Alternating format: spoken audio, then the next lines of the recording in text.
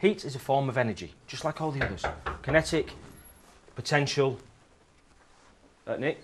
I think when children arrive late to a classroom, one of the important things is not to make a really big deal out of it, because the minute you start to do that, you're losing learning time within the classroom, and it gets the attention of the other children onto something that isn't really very positive. The late arriving pupil is a difficult situation, but what I try to do is just try to reduce the disruption as much as I possibly can. Obviously, I'll have started the lesson, I'll be on maybe a starter activity, and I just want to get that pupil sat down on the task as quickly as possible. Body language and the use of body language for latecomers, again, very much depends on the pupil and the situation. A little shh, then a point, or something like that, or a gesture just to sit down, get their equipment out, tends to work quite well. And it just minimises disruption rather than having a discussion with them about why they're late, and that continuing to disrupt the lesson more than it already has been at the start. And sometimes the reason why they might be late may be a genuine reason. I think it's all too easy to jump to conclusions about why they're late, and therefore you're just starting a confrontation straight away. And often it's just worth just going around having a quiet word saying, can you explain to me why you're late? Can you try to get here a little bit earlier next time? The late arriver, for me, falls into two camps. It's the genuine late arriver because they've been kept behind by another teacher, or the perennial late arriver who arrives late on purpose for their audience, kicks the door open. I've got my audience now, I'm going to disrupt your lesson.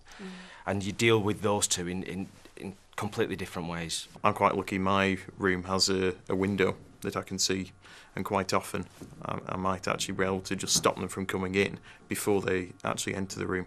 And then once the rest of the class is working quite well, I can just nip out and say, look, it's the fifth time you've been late, and just have a quiet word with them outside. If it's somebody who's just coming in and they've never been late before for a lesson, it's just literally a question of just sit down, get your stuff out, get on. What's the piece of equipment called? Energy turbines that spin round. Luke, just hang on a second. People are putting their hands up, yeah? Let's do it properly. If you want to answer the question, that's fine. Put your hand up.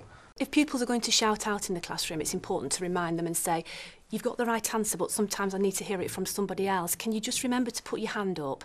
And I will come to you, but I want to make sure that everybody in the class is understanding things just as well as you are at the moment, and try and turn it into something positive. It can be quite annoying when another pupil is being, or a teacher shouting at the pupil and just wasting time in the class, and the teacher has to stop teaching. And you certainly don't want to stunt the enthusiasm of the classroom, so it's important just to bring them all back together and just remind them of the simple classroom rule. What type of energy is that?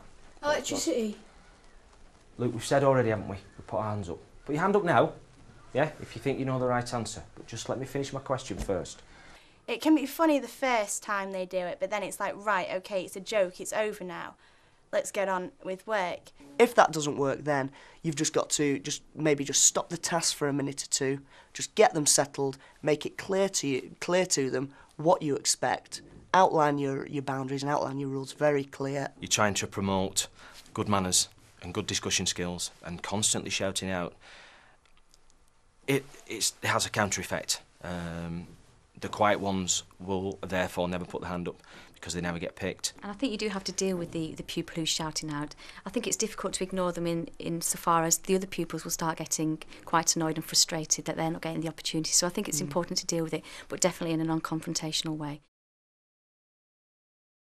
Super la classe, c'est bon. Ok, maintenant, copiez la phrase dans vos cahiers.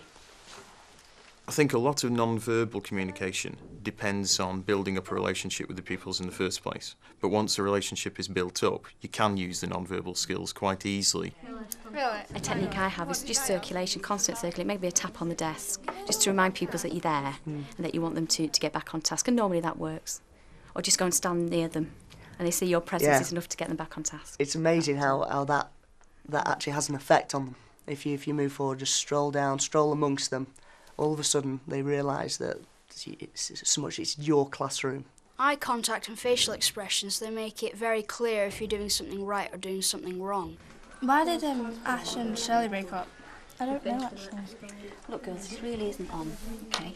We've got only a few opportunities to speak in French, OK? And you're wasting all of them. If you start blowing up at them every time they do anything, they're just going to get the audience that they require. And a non-verbal or a quiet word It just gets things settled down. I'm sure we've all had situations where we have blown our stack, and you feel yourself afterwards. You know your blood pressure's gone up. You know that you feel stressed. If you can deal with the exact same situation in a quiet, controlled way, it's better for you. It's better for the class.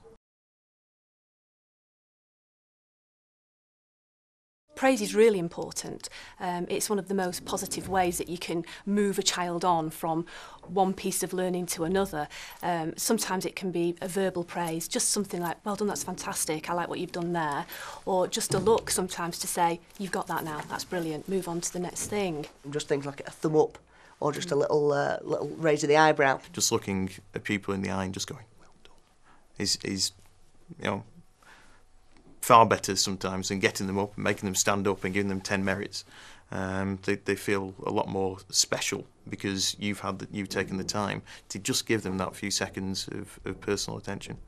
I prefer it when the teacher comes down to your desk and says, yes, that's well, because you know that it's genuine and he's not just saying it in front of the class. It's one-on-one and there's some sort of connection, like a trust connection, and it's proper.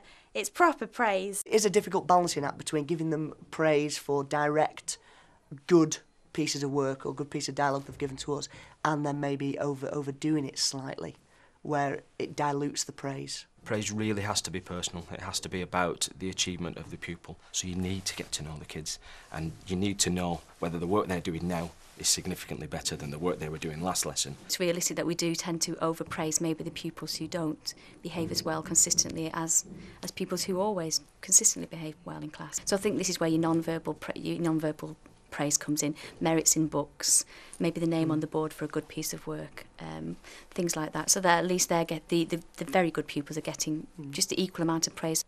I think certainly from year 9 to 10 and 11, pupils perhaps don't like to be praised as openly as they do in year 7 and 8. If the teacher says, well done, that's an A in a merit, they'll say, oh my God, you got an A in a merit, you're just such a loser and a geek because you're achieving at school.